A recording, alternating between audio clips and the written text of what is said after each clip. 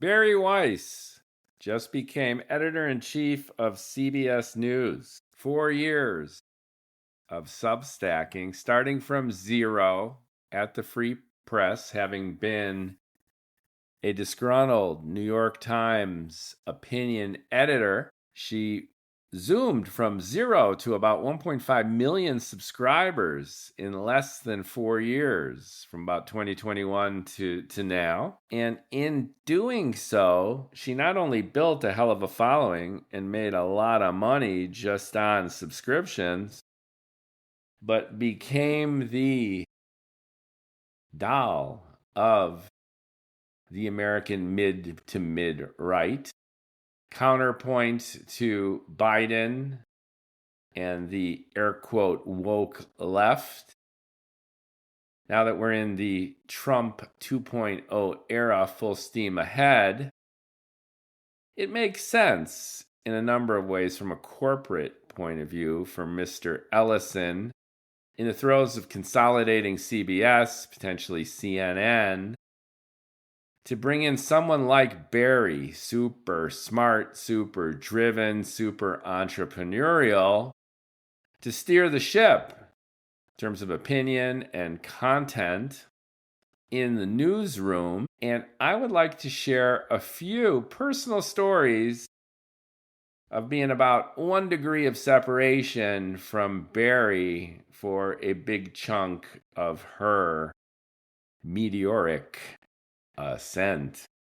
Hello and welcome to Bald and Bloviating. I'm your Bald Bloviating host, Mookie Spitz. And I'm going to dial the clock back to about 2015 to tell that story.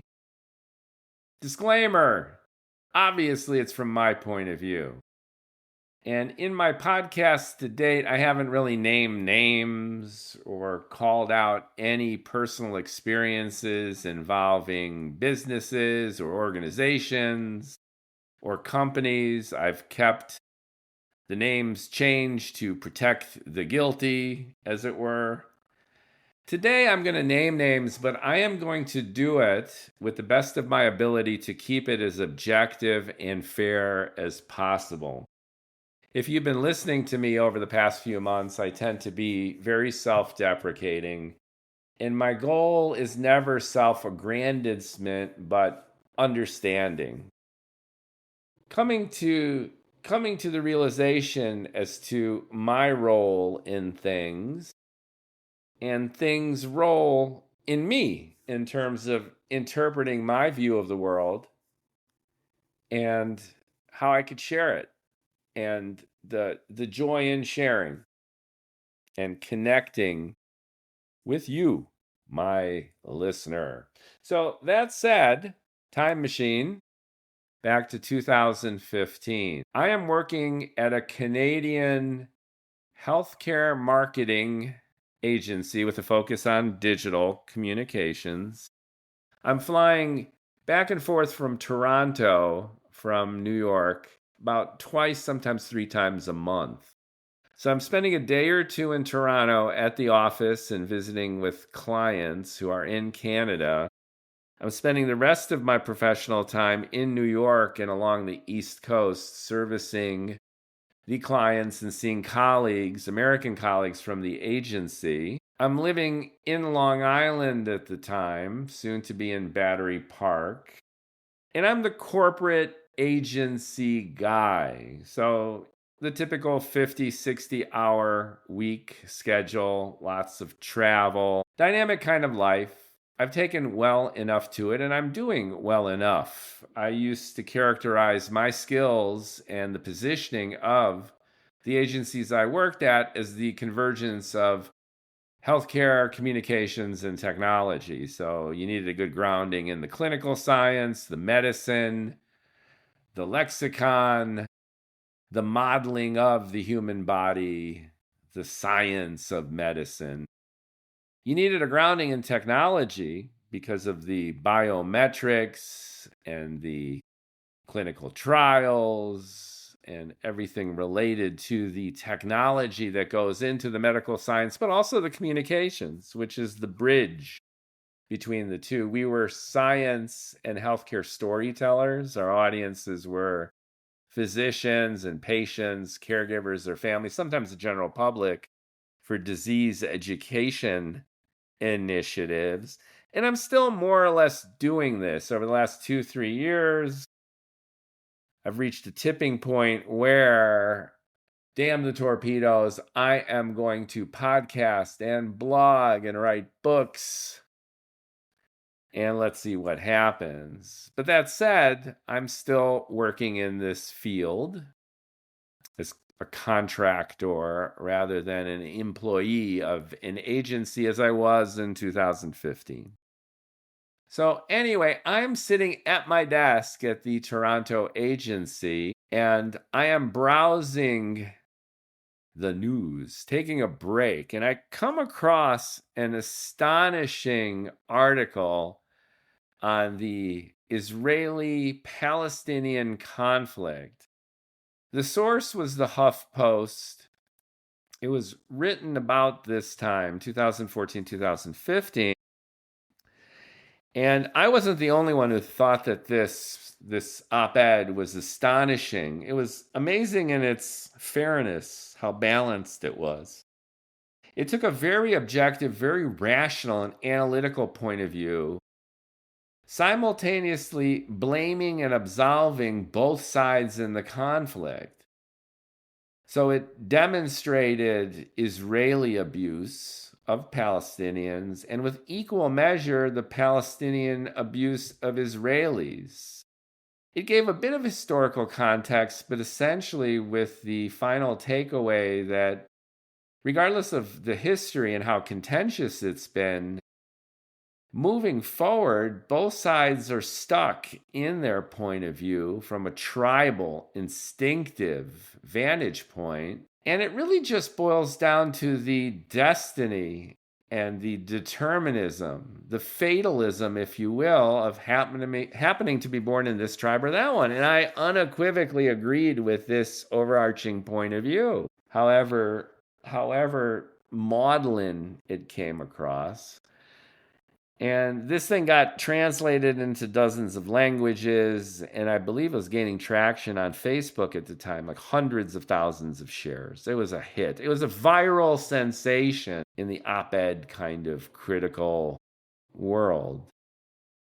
And then I couldn't help but look up, who wrote this? This is a great, great piece. And the name was Ali Rizvi. Now, in Asia, Southern Asia, India, Pakistan, Ali Rizvi is like John Smith. Good luck trying to identify the actual human using the name John Smith. But I clicked on the link and it described the author as a medical doctor living in Toronto. And then I thought to myself, wait a second. Only the other day, I had left a live meeting at this Canadian agency with a medical doctor named Ali Rizvi. So I emailed the guy on the company email. We were actually working on a client campaign together. And he was providing his medical expertise to my storytelling bravado for some ads, literally, for a new drug. And I go, hey, is this you? And I shared the link. And we had spoken rather haphazardly about music prior to this. He played guitar. He was in a band. I play guitar. And we had shared music links and videos of us playing music prior to this. So our touch point was professional in the sense of meetings like the one I described. It was personal in an offhanded kind of way. Like, here was this guy who was a colleague, who was a fellow musician, amateur musician. And I stumbled across this article and I sent him the link and wonder if it's him. He writes back within minutes, yeah, that's me. I do moonlighting as a political commentator and writer. I was, holy shit, this is great. Let's meet for lunch or at lunch or for coffee and talk about it. And we did. We instantly became fast friends, as they say. And every time I would fly up to Toronto, I would make it a point of hanging out with Ali Rizvi. And then the coffee meets became lunches, and then the lunches became after hours, happy hour kind of deals. We ended up having dinner together, and we became buddies. And about, I don't know, 2-3 months into our fast friendship, almost randomly, Ali brings up Faisal Saeed Al-Mutar. Full name, Faisal Saeed Hussein Al-Mutar. An Iraqi refugee emigre whom Ali had met through his social media circles. Now, Faisal had his own global secular humanist movement Facebook page, of which there were literally 300,000 followers. And then he had a social media presence which was exponentially larger than Ali's, and it proved Ali's was pretty damn big. Ali's was exponentially larger than my goofy one. So Ali was reaching thousands of people with each post, sometimes hundreds of comments. And Faisal was reaching thousands. And when I checked Faisal out, he was quite a personality. He had the Christopher Hitchens sardonic, atheistic zing. But he also had this unique, cynical, biting, very, very funny style of communication. Partly self-deprecating, partly South Park. It was a lot of fun just following this guy. And Ali said, hey, this Faisal guy, he's a lot younger than you. And by younger, I mean literally half my age. But he lives in New York.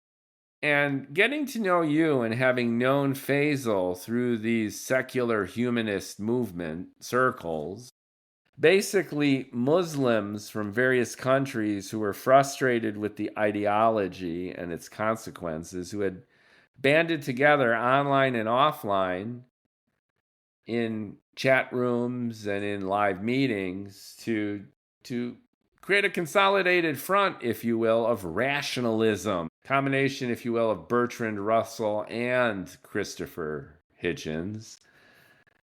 And he said, having known Faisal for a while, even though he's half your age, you're Jewish, he's Muslim. He's short, you're tall. He's kind of round, you're built. I think you guys would hit it off. You guys have the exact same kind of irreverent, kinetic sense of humor.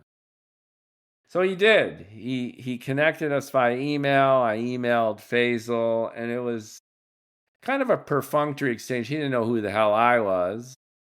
I saw his social media presence, and it took at least another couple 3 months for us to actually meet on a random weekday in New York at some bar. I think it was a German pub, which he loved to frequent. And true enough, from the second Faisal and I met, we were even faster friends. And I have to say, of all the friendships that I have cultivated and all the friends that have cultivated me, none compare to my friendship with Faisal Saeed Hussein Al-Mutar. As I'm mentioning, half my age, half my height, double my BMI, and just different in every conceivable way. Morphology, background, culture, religion. And yet, we had this instantaneous and electrifying kinship. We're both super fast, super quick-witted. No doubt the ADHD runs strong in this kinship. both dopamine deprived. But we had our own unique thing going on, obviously.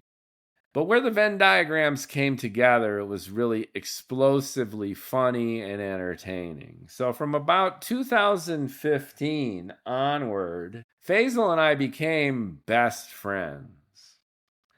And at the time, Faisal was transitioning from social media personality and provocateur in this realm of the ex-Muslim rationalist instigators and humanists coming off of America's involvement in Afghanistan, which was, of course, still cooking. Obviously, 9/11 and the wake of that.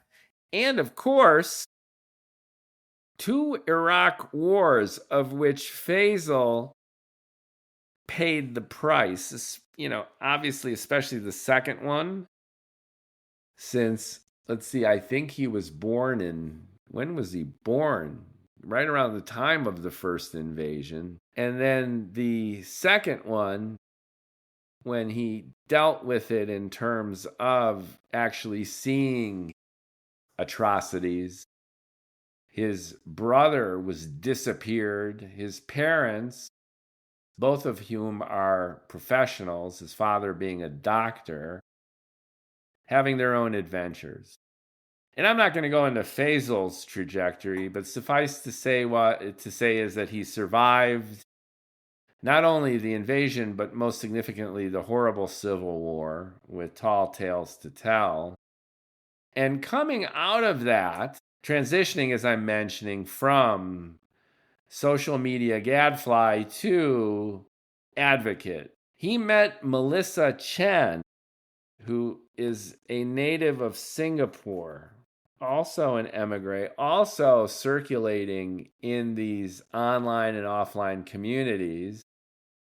He met Melissa Chen, and together they partnered up to form what would become Ideas Beyond Borders, an advocacy group whose mission originally was to fight extremism in the Middle East through education, critical thinking tools, and cultural evolution, if you will, and eventually evolving their mandate to more tactical expressions of change, specifically translating thousands of Wikipedia articles from English into Arabic, filling a void that was online, where if you're in the Middle East on your phone, most people have phones, not laptops, and you're searching up freedom, women's rights, Declaration of Independence, democracy, you often had no destination to go to.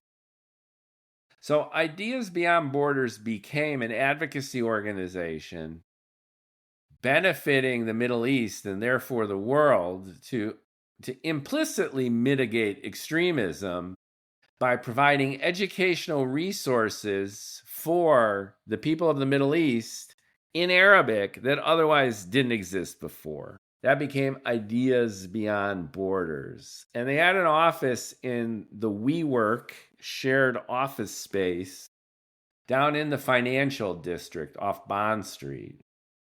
And Faisal and I, in parallel, became huge friends. Again, half my age, but we loved the same music. Faisal turned me on to Scandinavian black and death metal. I was a classic rock guy forever and bored with it. I played guitar, as I mentioned, which triggered my Ali Rizvi friendship. But I never made the leap into this extreme genre. The singers always sounded like Cookie Monster to me, and then it rapidly degenerated into white noise. But Faisal was a huge fan. Again, half my age, growing up in Iraq. He knew an entire oeuvre of music that was alien to me, much more popular in Europe. Bands like Within Temptation, In Flames, Dimmu Borgir, Children of Bodom. I never even heard of these people. And all of a sudden, both me and Faisal living in New York City, we started going to the Gramercy and other venues where these bands were still actively touring, and I'm moshing in the pit, and I loved it. And gradually, the white noise became its own obsession. I was an avid jogger, runner at the time, too. So I remember jogging through Prospect Park one Sunday afternoon. And I'm like, what the hell? I'm going to listen to Dimmu Borgir's Ionian album on Spotify while I run. And as I'm running, the song I Am Sovereign comes on. And in retrospect, this explosion happened in my head where I literally flipped from white noise to signal, and the signal was glorious. I finally got it. I understood what's going on here, and I loved it. I Am Sovereign became the black or death symphonic metal stairway to heaven for me. And that opened the doors to the entire genre and all the bands. So it went from seeing live shows with Faisal and just getting into the ambiance, if not the music, to actually adoring the music. So to this day, I owe Faisal Saeed Hussein Al-Mutar my musical renaissance. It just opened the door to me, and this door that had gotten closed through ennui, banal repetition. How many times can you hear Hotel California by the Eagles, Pink Floyd, even Led Zeppelin? And now when I listen to classic rock, the opposite occurs. I'm like,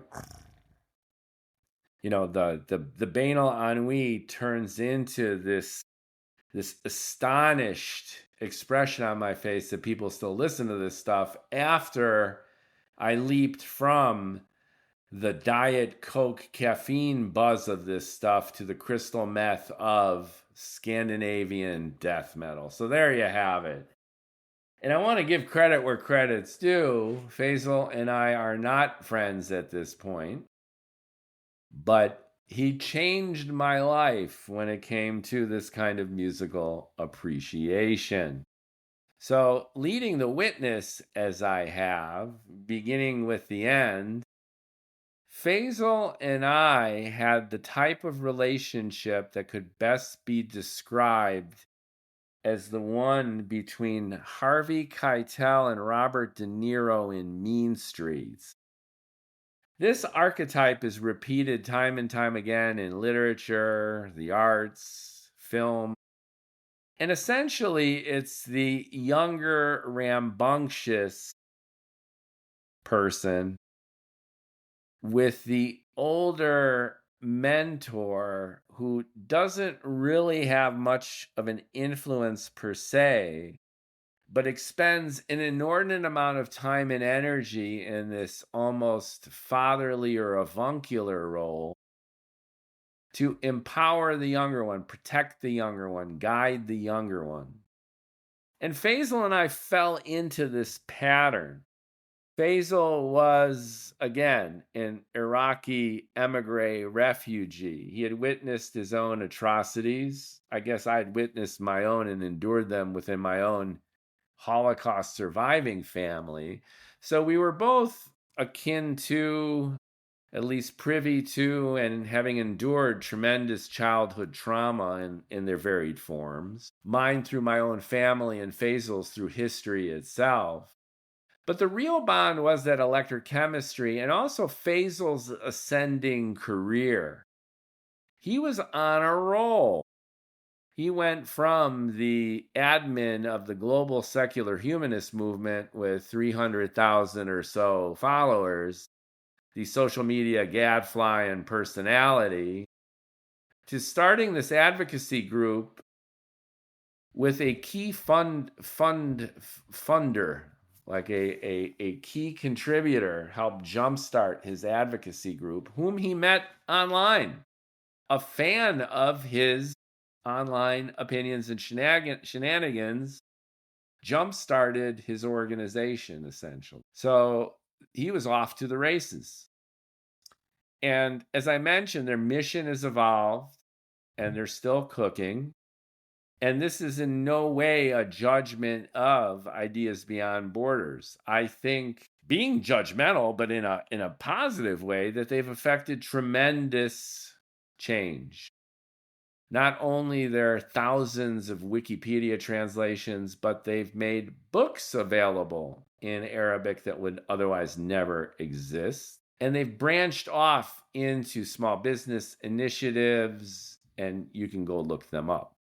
My point here isn't to bloviate about Ideas Beyond Borders, but my relationship with Faisal, which began as this relationship between Harvey Keitel and Robert De Niro, the older guy supporting and cheering on, rah, rah, rah, the younger guy. The challenge that erupted, and I think this is a pattern in some of my relationships, is it frankly became all about Faisal almost all the time. Now, every friendship is reciprocal, and Faisal has gone out of his way with generosity and kindness and effort for me. But overall, I think it's fair to say, if you do run a machine learning evaluation of our rapport, it was 95% Faisal and 5% Mookie. We talked about him, his interests, his organization, almost all the time. And I dived into this because here's my moment of psychoanalysis. I did this, and you might be able to relate to this if you're tracking. If you've had a tough upbringing and you've gotten your ass kicked and you felt that you've been treated unfairly, there's two ways to go about this. The first way is, life has been a bitch to me and I had to give. So I want to receive. Now it's all about me. I'm going to enact my revenge, if as it were, and create a sense of equilibrium with my past to shift the focus on my own needs and go for it. And another way of processing this kind of childhood trauma is to flip the narrative on its head. So my father was an asshole to me. So to counteract that, I am going to be a generous mentor to someone else. So Faisal and I had this kind of odd daddy-son thing going. We didn't really feel it that way, but, in a Freudian way, it was kind of obvious.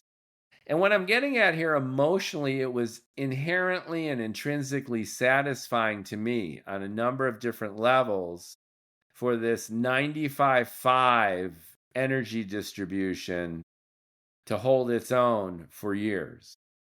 I liked giving to this kid because when I was a kid, no one gave to me. And I liked playing this avuncular, goofy Mookie, mentor, helper, Yoda, consultant, advisor role because I never had my Yoda. And by giving to this guy and helping him succeed, I, in a sense, retroactively help my child overcome its own bullshit. So if you look at it that way, and this is often the case, the people who give and the people who take are both taking. The analog in the fetish world is the traditional dom and sub role. You think that a dominant is always, in BDSM, the dominant is beating the shit out of the subdominant. And you would think that the dominant is always in control, that it's always about the dominant, that the sadist is the one who's the leader and benefiting from this. And for whatever reasons, the subdominant masochist is just along for the ride.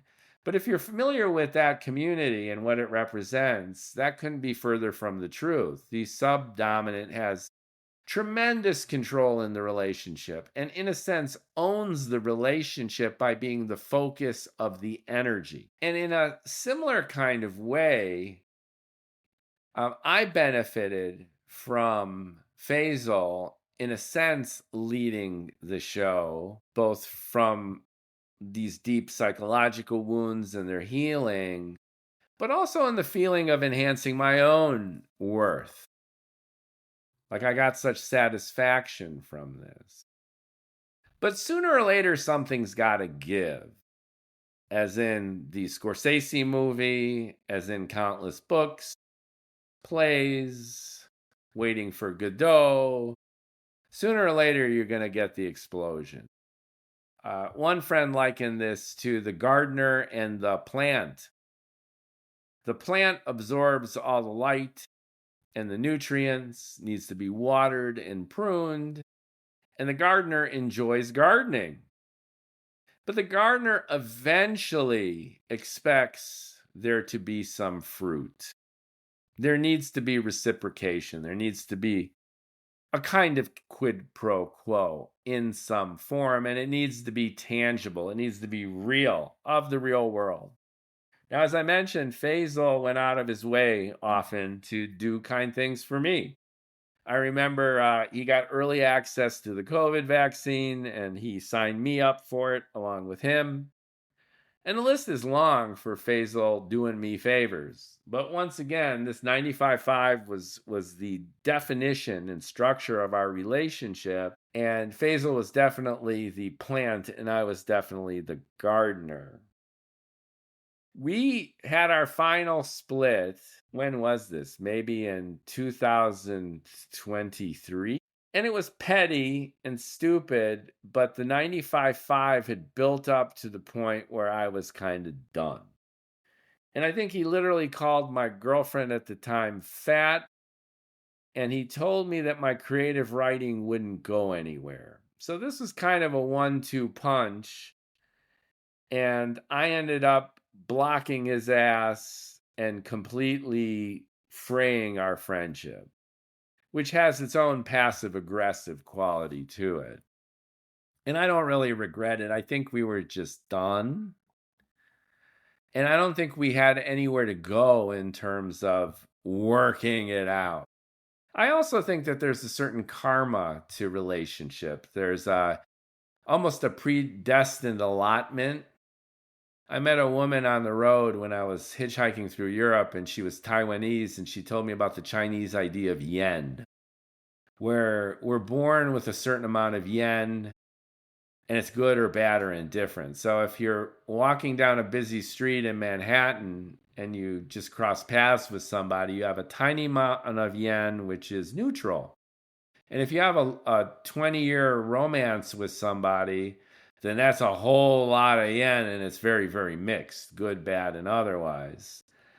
And you could find yourself in a robbery and murdered. That's, a little bit of really bad yen. So according to this ancient idea, we're all paired off with each other with this energy allotment with a vector, a moral vector. I think Faisal and my yen had just reached its point, and it was mostly good. I have never laughed as much as I did with Faisal. We had our own language. The Beastie Boys with Rick Rubin and everyone, like songs like Brass Monkey, the lyrics don't seem to make sense, but these guys were so tight. They were such good friends. They shared experiences. They shared relationships. And they had their own lexicon, their own vocabulary, their own reference points. And Faisal and I had come to know each other so well, and we spent so much time together, and we had our own sense of humor, that we used to annoy the hell out of people in social settings because we would instantly go full tangential into our own little Faisal Mookie world with this kind of irreverent humor, laughter, scenarios, characters, sessions. And most of these were related, again, 95-5 to Faisal's reality, and it was good until it wasn't for me. That was my friendship with Faisal Saeed Al-Mutar, and I wish him well, and I cherish every second, and I'm as happy about our relationship at the time as I am that it ended. And there's a purity and beauty to that, too. It's kind of a Zen togetherness and a Zen parting, no hard feelings, the opposite of that. It was terrific. And I'm sure I'm going to write about it. I haven't really written about our rapport yet. And now I'm bloviating about it for the first time. But I think it's wonderful and I want to explore it more, and I will. Now, contextually, Faisal, as I mentioned, was partnered with Melissa Chen. And Melissa Chen is a celebrity in her own right. Like Barry Weiss, who is and has been her dear close friend for years, Melissa gained notoriety on Twitter, which has become X, and she would oscillate between these over-the-top, outrageous posts, amazingly insightful tweets about culture and politics. Melissa Chen is an absolutely brilliant writer. I was floored, blown away by her ability as a writer, as a commentator, as a critic, as a tweeter. And so was Joe Rogan, who brought Melissa Chen on his show. And if you watch the interview, Joe says, I basically got you on my show because of your Twitter feed, which is unbelievably entertaining. And it is unbelievably entertaining. She has since gone on to become an editor-writer at The Spectator. And now that her best friend, Barry Weiss, is our new Rupert Murdoch, I'm sure Melissa Chen is going to have an amazing escalation, an exponential quantum leap, if you will, in her own career, too. So Melissa Chen, as Faisal's friend, I believe she had the managing director role at Ideas Beyond Borders. And once again, there were only like 3-4 people in an office, in a WeWorks rental office in Fidei. And I was brought in as part favor, but part need from Faisal. I show up at Ideas Beyond Borders in their relative infancy, and we're talking about 2018, 2019, as their strategist and communications consultant. I helped them put together their initial website after the first draft. I helped them tighten up their mission statement. I helped them tighten up their targeting. And I don't think in any way I'm overstepping my bounds, and I do not in any way wish to take any credit for their success. They could have technically brought in any old communications consultant, but I think I gave them great advice about targeting. And Melissa, frankly, used to drive me nuts because she had the role of managing director at Ideas Beyond Borders, which was reducing extremism or mitigating extremism in the Middle East by providing tools for critical thinking and education. All right, that's a pretty serious, heavy lift. And you need to kind of do that with a straight face, chewing with your mouth closed, I thought. And Melissa had this incendiary Twitter feed. And in ways, she was tapped into the already existing Elon Musk, Donald Trump persona, if you will, of the online instigator. And Melissa was really, really good at that. And she still is. My problem with Melissa was in a traditional old school PR point of view, which is you can't be tweeting about bukkake and then 5 minutes later sharing one of the programs from your advocacy organization. I just thought that was schizophrenic, a branding and identity disconnect. And it was impossible for me to get Melissa to compartmentalize her outreach. And in retrospect, again, I'm admitting to my own part in any kind of disconnect or fraying of these friendships or professional relationships. In ways, Melissa proved to be right and I was wrong. Because again, look at Elon Musk. Elon Musk is doing the Nazi salute and advocating for the right-wing party in Germany, of all places. And then the Tesla board of directors doesn't seem to have that much of a problem with it and basically cuts a deal with him for $1 trillion if he could boost Tesla sales. Okay. I guess I was old, right? Cusp boomer Gen Xer.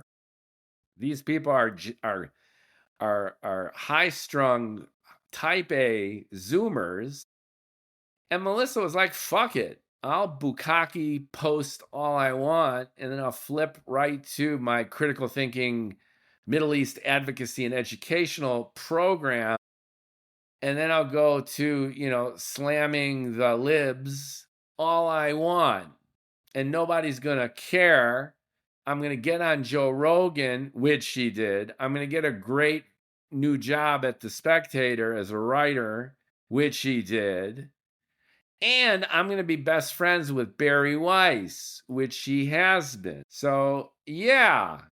And in the end, did she really compromise the reputation of Ideas Beyond Borders by playing this dual role and doing it in a way that I thought broke all the rules of traditional PR? And the answer is probably not to know. So here's my true confession. Okay, Melissa, you did it your way. And I'm sitting here, bloviating on my little podcast here. And you've grown your following. And who knows where you're going to go now that Barry is the Rupert Murdoch of media in America as of yesterday. So I'm fascinated by this. I think it's really interesting and cool. I used to also debate Faisal about the ascendancy of Trump. I considered Trump an anomaly. I saw the Tea Party coming up, and I actually was arguing with a colleague back in the John McCain days that Sarah Palin was a great choice, actually, for VP because of the Tea Party movement. I knew that there was this upwelling of right-wing, conservative, Republican dissatisfaction in America. It's not like I wasn't privy to it, but there was this Pollyanna emo side to me, which I also have to admit to, the bleeding heart liberal side, that to quote, Carville, when he inaccurately predicted the result of the 2024 election and Trump's reascendancy, that I trusted in the inherent decency of American citizens. Boo to that. What does that even mean? So I was naive, and I felt that although I predicted even the upswell of the Tea Party and knew their power, I thought at the end of the day, not only would Trump lose to Hillary, but I thought that he was a real anomaly, that once defeated, and especially after January 6th, he was done. We're done with Donald. Thank you for that. We learned a few things. Now back to air quote normalcy. Nope. No. And this is relevant for understanding Barry Weiss, too, who took that contrarian point of view to kind of gain a new sense of equilibrium with mass media and do so independently from the outside. Now she's an insider. Let's see what happens. But basically, the anti-woke backlash to the backlash of progressive liberalism, the subsequent train wreck of the zombie Biden presidency, which everyone thought was an antidote and recalibration to Trump 1.0, turned out that the anomaly was actually Joe Biden. What a surprise. That is a huge retrospective Shazam. But I had only half an ass cheek into this. And when I was hanging out with Melissa and Faisal in that WeWorks office in FIDI, I was really only half aware. I really think Melissa was better on this. She was younger, and then she was more actively engaged in this kind of swirl. And Faisal was more on the pulse too. He was more cynical, more naturally cynical. When Trump assassinated the senior Iranian general, I panicked. I remember telling Faisal, this will probably lead to war. What's he doing? And Faisal, cool as an Iraqi cucumber, chopped up in an Israeli salad, It's like, no way. The Iranians are weak. They're going to play chicken. And Trump made a great move. And I haven't been in touch with Faisal this year since our bromance ended, since I ended our bromance. And I saw a little clip with him and Nick Gillespie where he was talking about the bombing of the Iranian nuclear installations, which is leveling up on that same assassination, Trump 1.0 to Trump 2.0, with a similar Faisal wisdom and attitude. Faisal was bang on point with understanding the Iranians. And then Faisal was bang on point again in terms of his assessment that Trump's foreign policy, at least through the lens of strength being the only real metric and only thing that counts in that region, was bang on point. So there you had it. You had Melissa, you had Faisal, you had me, you had the Zoomers with the boomer. And the Zoomers were more on point and on pulse with the out of touch boomer. But the boomer did provide not only a certain measure of mentorship far as messaging goes, as far as communication strategy went, but even business development. And I'll cite a case in point. Faisal at my dinner table in one of our beer slinging, joke making, hysterical bouts of bromancing, driving my life partner at the time totally crazy, who used to be on the third floor of the brownstone texting me frantically to shut the hell up. 2 a.m. on a Sunday, Monday morning, Faisal and I still going for it. Faisal mentioned that they had an opportunity to bring Steven Pinker from Harvard onto their board of directors. And they weren't quite sure how to do it. And this is one example of many. I just cite this because it's the most overt. And again, I'm not patting myself on the back or meaning to stroke myself off here. I'm merely illustrating this interesting dynamic that we had, the Zoomers with the boomer. And it's a similar dynamic that I bring up in my science fiction novel too, at least in inchoate form. So Faisal brings up that they've got an opportunity to bring Steven. Now, Steven Pinker's got many books, and all of them, in my humble opinion, are awesome because he uses raw data to show that contrary to the image of the world that the media has created, the average human is better educated, better serviced in terms of their health and wellness and healthcare, better fed, and has a better quality of life and is happier now than in any moment in human history. Now, we've got suicides and fentanyl addiction and war, but Pinker's looking at the statistics in aggregate, and the conclusions are incontrovertible that the media, by want of its need to feed itself, expand reach and engagement by accentuating the worst, exacerbated further by the digital algorithms of social media, has painted a bleak picture of the world which is inaccurate. And Pinker has written a series of books. You know, what is it? The Angels of Our Better Nature and several others, all in this vein. Here's the data, and here is the obvious conclusion that we're living better and longer and healthier lives as a species than ever before. And we shouldn't let the negativity and conspiracy theories and bullshit of the media and the niche corners of the internet influence that reality to the point where we make bad decisions about our politics, culture, technology, and future. Now, while Pinker is writing this stuff, the fringe elements of the web have become mainstream. And we've had that inversion, and Pinker himself has written extensively about all this stuff.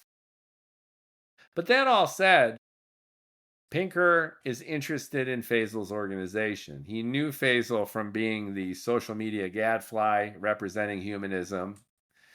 And at one point, Faisal knew Christopher Hitchens too. So this intellectual, rationalistic, humanistic zeitgeist is shared by all of these players. And there's excitement. There's a connection. And Melissa, if you ever get to know her or see her, is a gorgeous Asian woman. At the time, she had this little cute poodle dog, Gibbs. And she was alluring and someone every billionaire wanted to hang out with and did. So anyway, Pinker's in their sphere, and Melissa and Faisal have a chance to pitch Steven Pinker in person that coming week. So at the table in Brooklyn, I go, look, Pinker is got all these books. He's a writer. He's an intellectual. Don't pitch your organization like this is our mission and this is what we do, blah, blah, blah. Sell consultatively. Consultative selling, which is what I've been bloviating about on my other podcast. And it's great to do in all relationships, not just in business, not just in an advocacy group kind of outreach to a potential board of director kind of thing. But ask questions, listen to what your prospect, your potential partner is saying, and then build up your solution to meet their particular needs. And in this case, Pinker's an intellectual. He publishes books, and these books are inaccessible in big parts of the world. So I made the recommendation to Faisal, and he communicated it pretty well to Melissa, which is, here's your pitch. Professor Pinker, Ideas Beyond Borders will become your ambassadors to the Middle East. We will make your books available to over 1 billion people who now are unable to read your books, absorb your thinking. And they did that. This is one of the relatively rare instances where Melissa and Faisal actually listened to my advice. And I can go into many, many examples, including Faisal appearing again on Rick Rubin's show in ways that went 180 degrees from my recommendations. But in this case, Faisal and Melissa listened. And the report I got back was Pinker's jaw dropped when they unloaded this very simple indirect pitch. We will become your ambassadors to the Middle East. That won Pinker over. I believe he's still on the board of directors of Ideas Beyond Borders. Everybody happy. It worked. So I use that as an illustrative case to show how the boomer actually helped out the zoomers. And that was great. But where the overall relationship eventually dissolved is in my split with Faisal. But even before Faisal and I split as friends, I split with Ideas Beyond Borders because it reached a fever pitch of especially Faisal just not listening to my recommendations. And it became frustrating because I sensed at the time, and I haven't been with the organization in years, so what I say is no longer relevant to that organization, and I insist on providing these caveats in fairness. I felt at the time that they were shooting themselves in the foot regarding fundraising, expanding their reach, and really doing a lot of the great things that they could be doing because I was the boomer. They were cool. I ostensibly was fringe or was not. And frankly, I felt marginalized. And again, I'm going to add the caveat that who am I to claim marginalization when they were really opening up their ears and eyes and WeWorks rental space for me to come in as a consultant who was really just Faisal's friend. So on the one hand, I'm like, come on, guys, I could even help fundraise for you. I know some people, I could get more involved in this. Why don't you trust me more? Empower me, expand my role in the organization. And here's the connection to Barry Weiss. Melissa was best friends with Barry going way back then, too. And Barry had cool circles of people. And it's not like, hey, get me in to hang out with Barry, but I felt firewalled off. And it was deliberate because of all these reasons I'm describing. I'm older, I'm less cool, and they had the, frankly, very valid point of view that, hey, these are our connections. If Melissa is having dinner with Elon Musk and a table full of billionaires, the Airbnb CEO and the like, at the Aspen conference, then they have nurtured these contacts, and I have not done shit. I'm a former pharmaceutical marketing and PR guy. I have my own tiny little consultancy, Blitz Strategy LLC, that I started basically so I can just say I'm Spitz from Blitz. I am small potatoes flying under the radar. I don't have much of a social media presence. I am not a millionaire, so even my liquidity is minimal. And I'm just Faisal's old buddy. And yeah, I say some interesting things and I come across as intelligent. And yeah, some of my advice is good, but I'm not part of the tribe. I'm an outsider. And I get it. I get it. Who could blame them? Why integrate Mookie Spitz into Sunday afternoons with Barry Weiss drinking rosé? Barry Weiss was Melissa's friend. Barry Weiss was their contacts.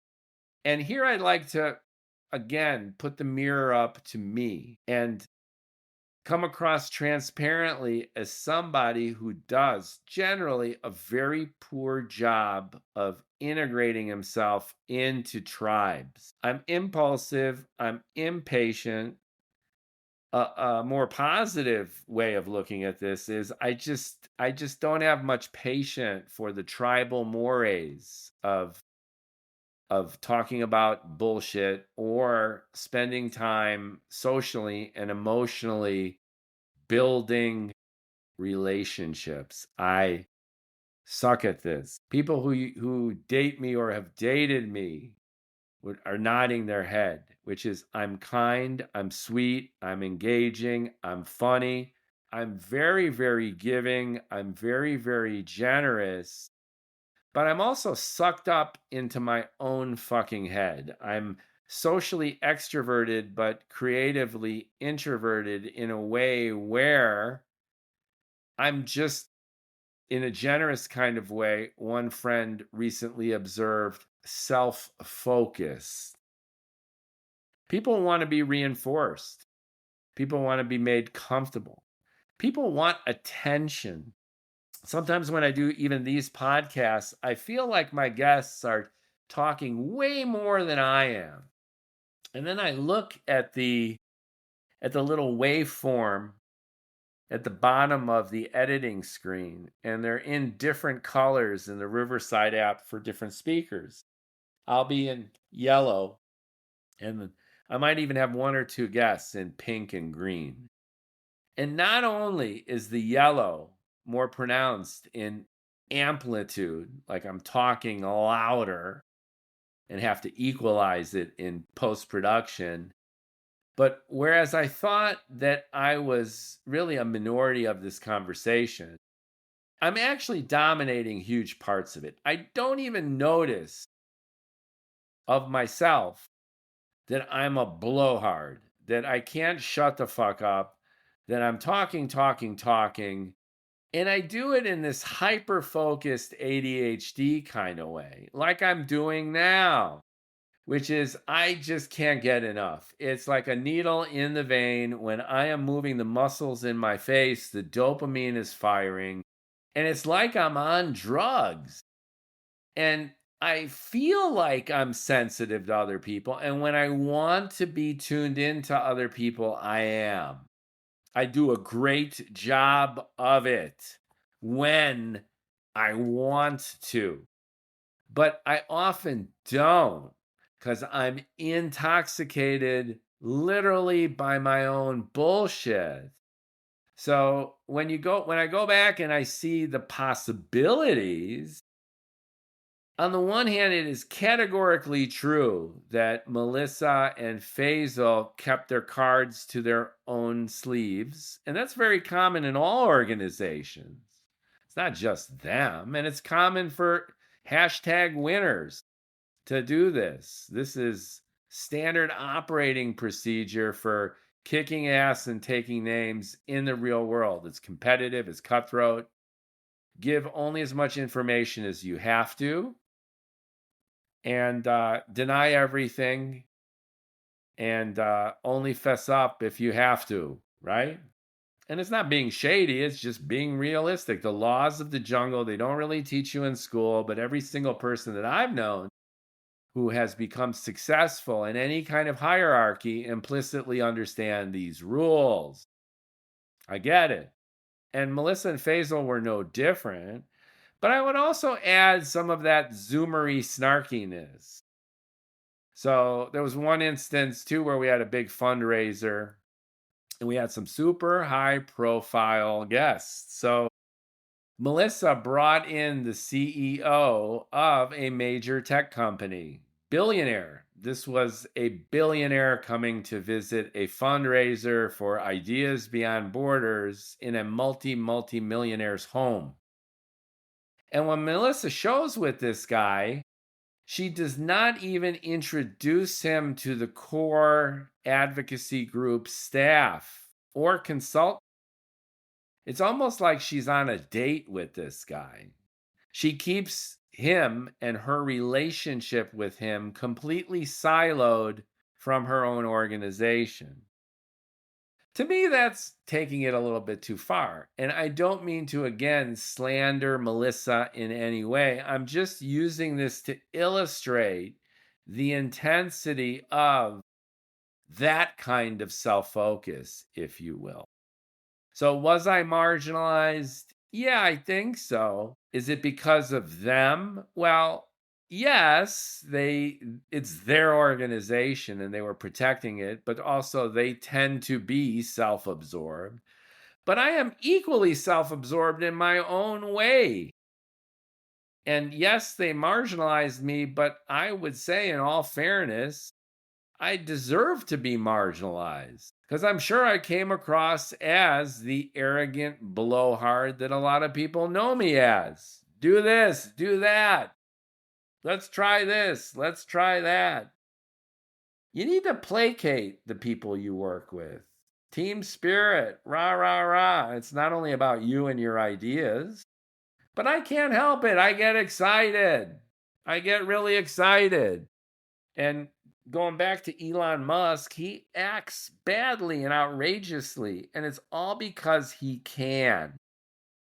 So maybe in the multiverse, instead of sitting here bloviating on this blog, I'm running my own media empire and I'm just as much of a blowhard, and it's happened to benefit me with equal measure that in the past, in this universe, it's done the opposite.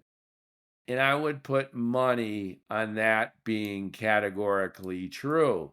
But that's no excuse. I'm trying to understand relationships here. I'm trying to understand my own role in things, both my own success and my own failures. And I conclude that, well, sometimes it is really 50-50 or 60-40 or 40-60. And even if my relationship with Faisal was 95-5, well, no one put a gun to my head to be all over this kid in terms of like providing endless time and energy and support. Just as, well, can you really blame me for just cutting him off after he tells me my girlfriend is fat and that my creative writing won't do shit? See, it goes round and round.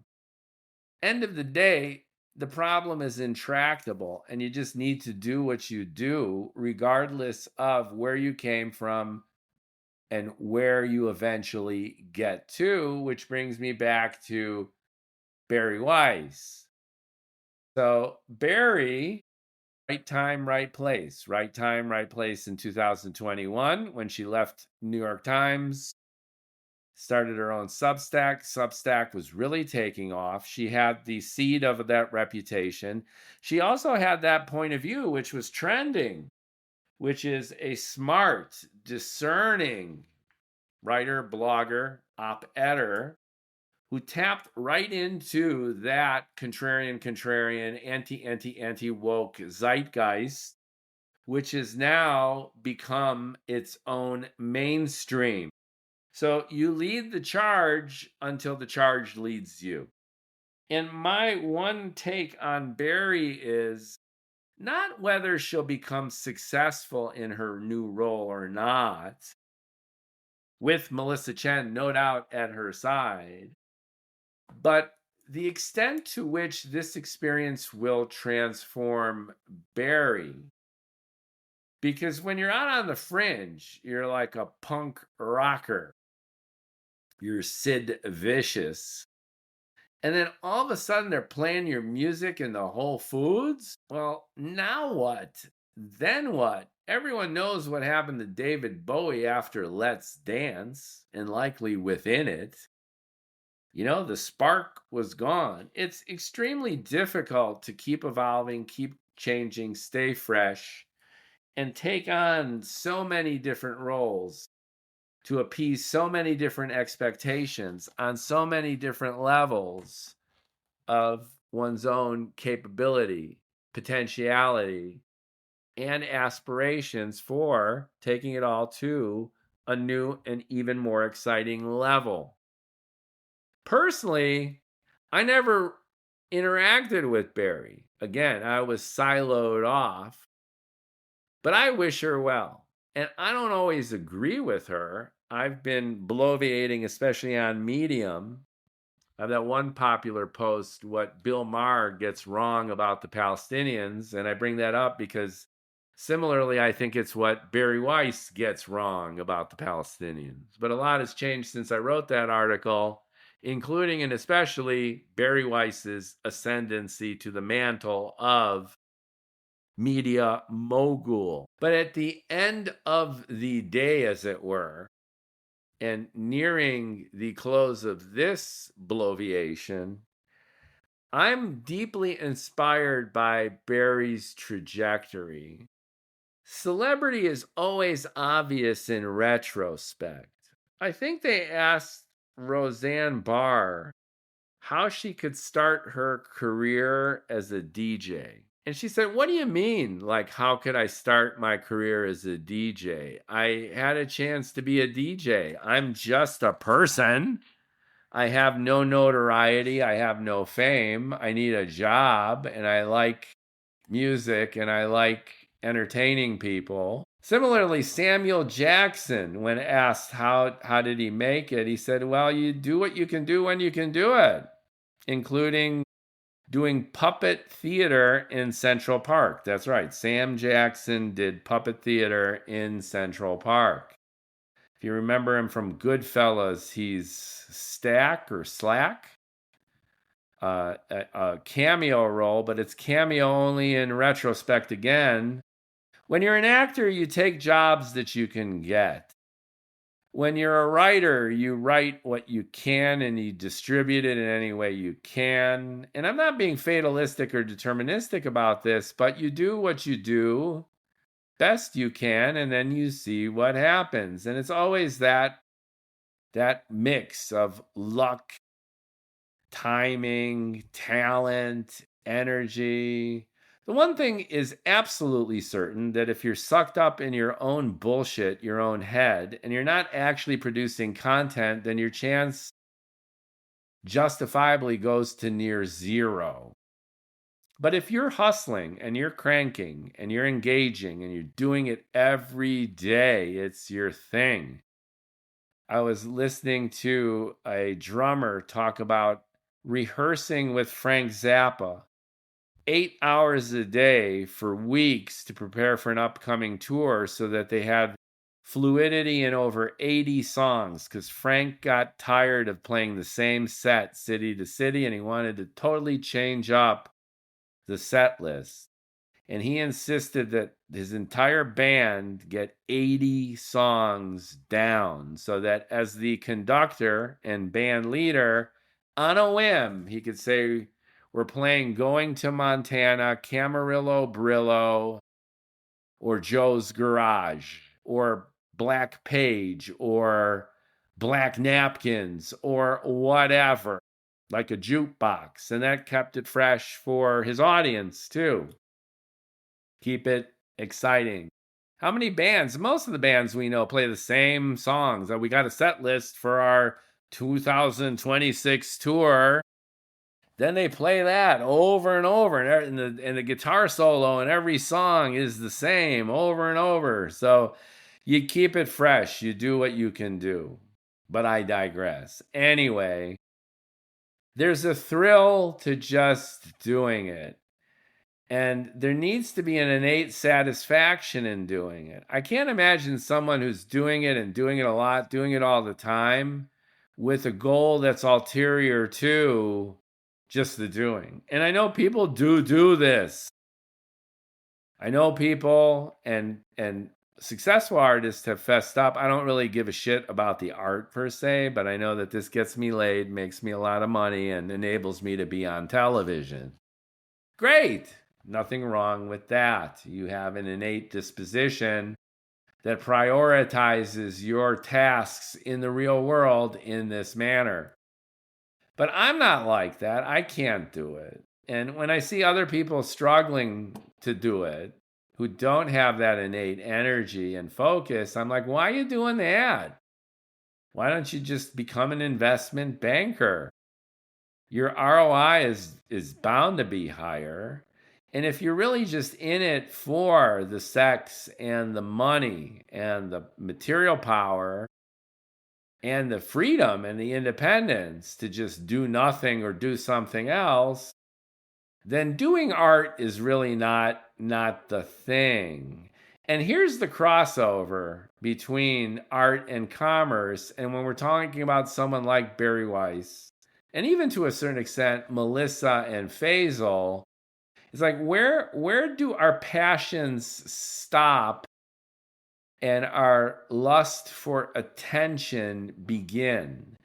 And I know for Faisal and Melissa, you can't really delineate that. You can't set up a boundary between the two. There's a point where it's like they're so blended together that you can't really tell. Going back to Melissa on Joe Rogan, I remember seeing her pop up. This was my post IBB breakup, and I'm on Spotify and I see there's a new Joe Rogan episode and it's Melissa Chen. I'm like, all right, well, let's see where they're at. Bring it on.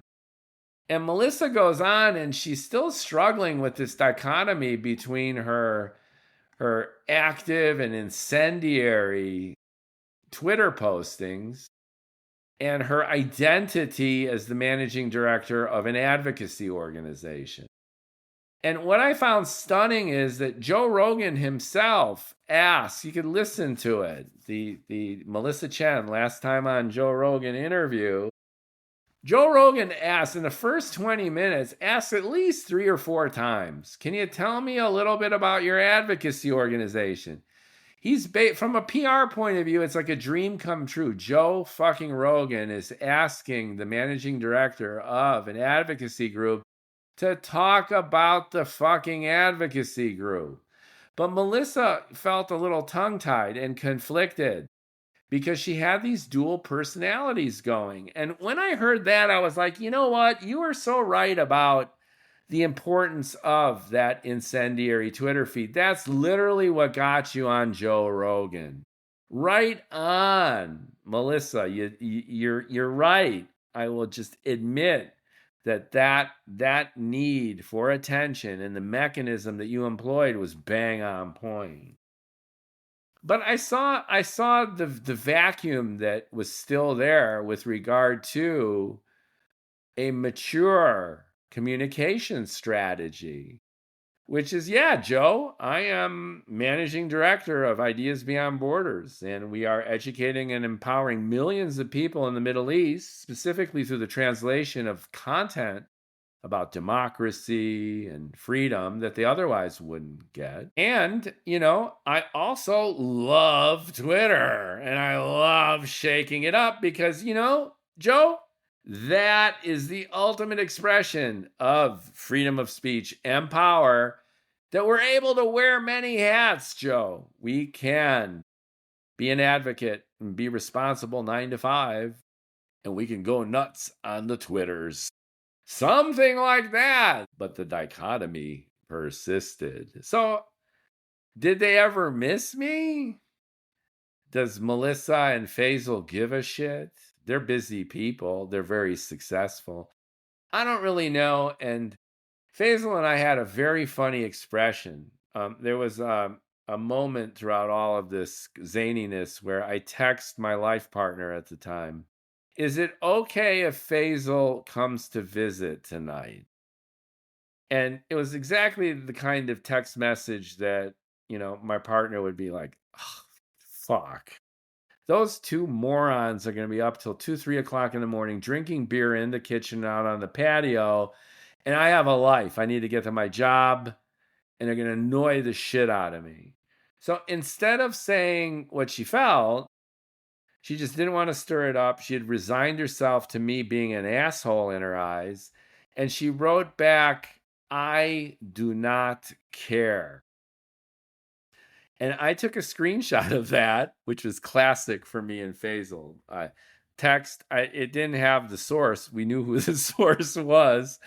And it was a screenshot that became a personal meme between me and Faisal. I do not care. It wasn't I don't care. And it had no addendum to it, no provisos to it. Like, I don't care, but you know how this makes me feel, and you're being an asshole again. And why is he coming over on Sunday? I have to work tomorrow. You have to work tomorrow. And I'm sick of you guys. And I'm your wife. Why don't you spend more time with me? You spend more time with him. That was all implicit in this message, especially because it was so taciturn and direct. It wasn't I don't care, it was I do not care.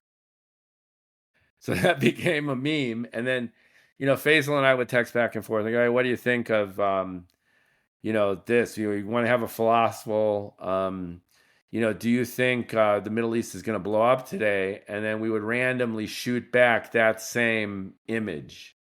I do not care. And endless hilarity and laughter to ensue. That epitomized the style of humor that Faisal and I shared for years. Awesome sauce. So I bring it up here because I think that it's a great capper. Melissa Chen, Faisal Saeed Al-Mutar, especially Faisal, who was so close to me for so long. I wish them both well. With the ascension of Barry Weiss, I think, unless they've had a breakup, I don't really know. I'm just tacitly assuming that they're floating in that same sphere. This will be a quantum elevation of the reach, influence, and power of Melissa Chen, and by extension, Faisal. And I wish all of them well from the depth of my heart. I don't have any ill will or bad feeling. I'm sure you could sense that, especially with the self-deprecating mirroring that I've been doing. I've been trying to own my role in terms of this being a little blip on life's radar instead of a transformative relationship, which is what their relationship has been, is, and no doubt will be, now that Melissa Chen and Faisal Saeed Al-Mutar of Ideas Beyond Borders are best friends and buddies with the editor-in-chief of CBS News, perhaps CNN, and etc., etc. And perhaps I'll end with the line from Vonnegut's Slaughterhouse-Five. I think the phrase appears in some of his other books too, kind of as a meta commentary on his own writing and worldview. But and so it goes, and so it goes. It's not good. It's not bad per se. You've got a hint of Nietzsche's Beyond Good and Evil, but you also have kind of this like shrugging of, in Vonnegut's case, the old German guy. It could just as easily be an old Jewish guy, which is part of his point. And so it goes.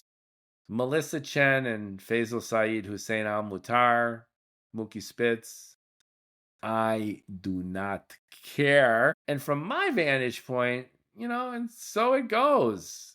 I hope they rock it. I'm going to keep moving the muscles in my face. And it's uncertain what's going to happen to any of us. And as I mentioned on a video rant I just did on TikTok, I believe in the multiverse. So in ways, everything's played out. Barry succeeds, Barry doesn't. Everyone gets their dreams to come true or not. So it goes. And it's all, like they say in Repo Man, all right.